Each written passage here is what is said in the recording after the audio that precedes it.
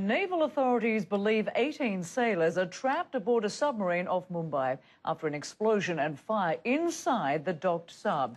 Some sailors reportedly jumped to safety. Rescue efforts for those trapped aboard the vessel are underway at this time. So let's get the very latest from one of our correspondents near the scene. CNN's Malika Kapoor joins me live in Mumbai. So Malika, bring us up to date on the rescue efforts for those 18 sailors believed trapped on board that submarine.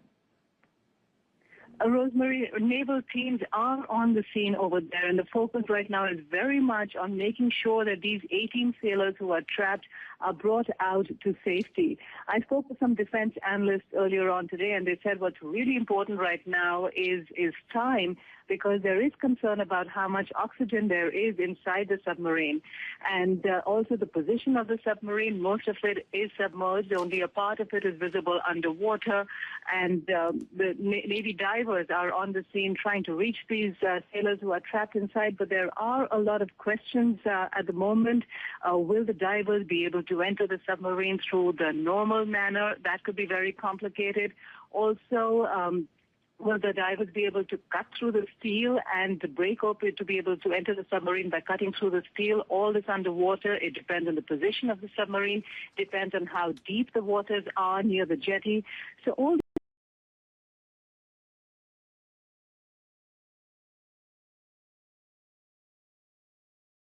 are doing their job, and you might be able to hear the chopper behind me at the moment. Yeah, there are lots of helicopters hovering above the ocean at the moment, everyone trying to focus on getting those 18 sailors out to safety.